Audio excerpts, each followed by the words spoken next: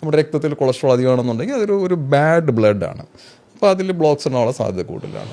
പക്ഷെ അതുപോലെ തന്നെ വേറെ പ്രധാനപ്പെട്ട കാരണമാണ് പൈപ്പിൻ്റെ ക്വാളിറ്റി. ഇപ്പോൾ നിങ്ങളുടെ വീട്ടിലിരിക്കുന്ന പൈപ്പ് മോശമാണ്, പൈപ്പിൽ അവിടെ ഇവിടെയൊക്കെ ക്രാക്സ് ഉണ്ട്, അവിടെ ഈ ഉൾഭാഗം ഡാമേജ്ഡ് ആണ് ആണെങ്കിൽ അവിടെ നമുക്കറിയാം അവിടെ ഒരു അഴുക്ക് പോയി അവിടെ പറ്റിയിരിക്കും.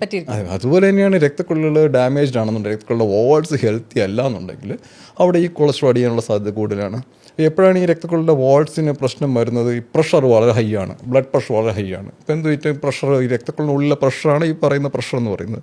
ആ രക്തക്കുഴലിൻ്റെ വാൾസിനെ അത് നശിപ്പിച്ചുകൊണ്ടിരിക്കും, അവിടെ ചെറിയ ചെറിയ ഇഞ്ചുറീസ് ഉണ്ടായിക്കൊണ്ടിരിക്കും. അപ്പോൾ ആ ഇഞ്ചുറീസ് എല്ലാം കൊളസ്ട്രോൾ ഹൈ ആണെങ്കിൽ അതവിടെ പോയി ഡെപ്പോസിറ്റ് ചെയ്യും. അതുപോലെ രക്തക്കുഴലുകളെ ഈ ഡാമേജ് ഉണ്ടാക്കുന്ന വേറെ കാരണമാണ് പുകവലിക്കുമ്പോൾ ആ പുകയിലെ ടോക്സിൻസും അതിൽ ഈ നിക്കോട്ടിനും അതുപോലെ മറ്റ് പല ടോക്സിൻസും ഉണ്ട്. അതെല്ലാം രക്തക്കുഴലിലെ വാൾസിന് ഇഞ്ചുറി ഉണ്ടാകും. അപ്പോൾ അതും എല്ലാം അവിടെ എല്ലാം കൊളസ്ട്രോൾ പോയി ഡെപ്പോസിറ്റ്, ഫൈനൽ പ്രോസസ്സ് കൊളസ്ട്രോൾ അടിക്കുക എന്നുള്ളതാണ്. അതെ അത് നമ്മൾ പല റീസൺ കൊണ്ടാണ് ഉണ്ടാകുന്നത്. കുറേയൊക്കെ നമ്മുടെ കയ്യിലിരിപ്പാണ്, കുറേയൊക്കെ പാരമ്പര്യമായിട്ടാണ്, കുറേയൊക്കെ ഫുഡാണ്. ഇതിൽ പാരമ്പര്യത്തിന് ഒന്നും ചെയ്യാൻ പറ്റില്ല. പാരമ്പര്യത്തിന് നമുക്ക് ചെയ്യാൻ പറ്റില്ല എന്നല്ല, ചെയ്യാനൊക്കെ പറ്റും. പക്ഷേ അത് നമ്മൾ നേരത്തെ മനസ്സിലാക്കിയിരിക്കണം. ഇപ്പോൾ ഡയബറ്റീസ് ഉണ്ട്, പാരമ്പര്യമായിട്ട് ഡയബറ്റീസ് ഉണ്ട്. Diabetes runs in families. അതുകൊണ്ടവർക്ക് നേരത്തെ അത് മനസ്സിലാക്കി നേരത്തെ അതിനനുസരിച്ച് പ്രിവെൻറ്റീവ് മെഷേഴ്സ് എടുത്തു കഴിഞ്ഞാൽ ഹെൽത്തി ആയിട്ടിരിക്കും.